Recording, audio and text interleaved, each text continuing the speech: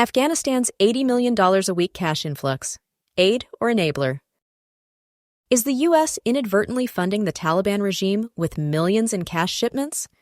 We delve into the controversial practice of sending money to Afghanistan under Taliban rule. The U.S. Department of State has confirmed sending $80 million in cash to Afghanistan every 10 to 14 days since the Taliban takeover in 2021. This equates to billions of dollars flowing into a country now governed by a regime with a questionable human rights record. The stated purpose is humanitarian aid, aimed at stabilizing the Afghan economy and preventing a complete collapse. However, the lack of transparency and oversight raises serious concerns about where this money is actually going. The Taliban, according to reports, avoids disclosing the receipt of $40 million packages through the media. This secrecy fuels suspicion and makes it difficult to verify the funds are used as intended.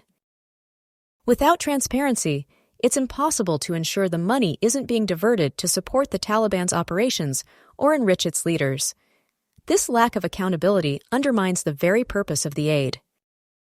Proponents argue that the cash shipments are essential to address the dire humanitarian crisis in Afghanistan. Millions of Afghans face poverty, hunger, and lack of access to basic services.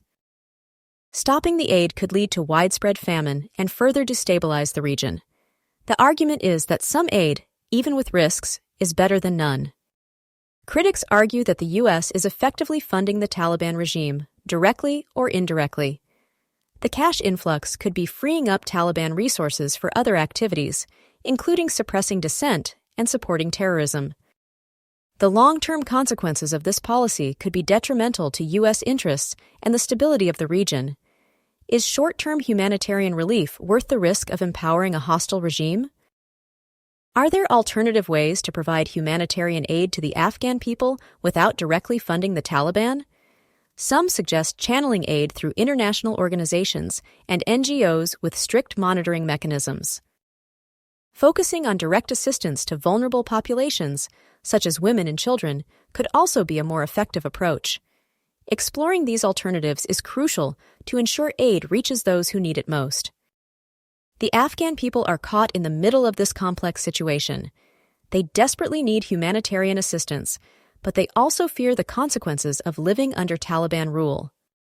The lack of transparency and accountability surrounding the cash shipments only exacerbates their anxieties. They deserve to know where the money is going and how it's impacting their lives. For U.S. veterans who served in Afghanistan, the news of cash shipments to the Taliban is particularly painful. Many feel that their sacrifices were in vain if the U.S. is now indirectly supporting the very enemy they fought against.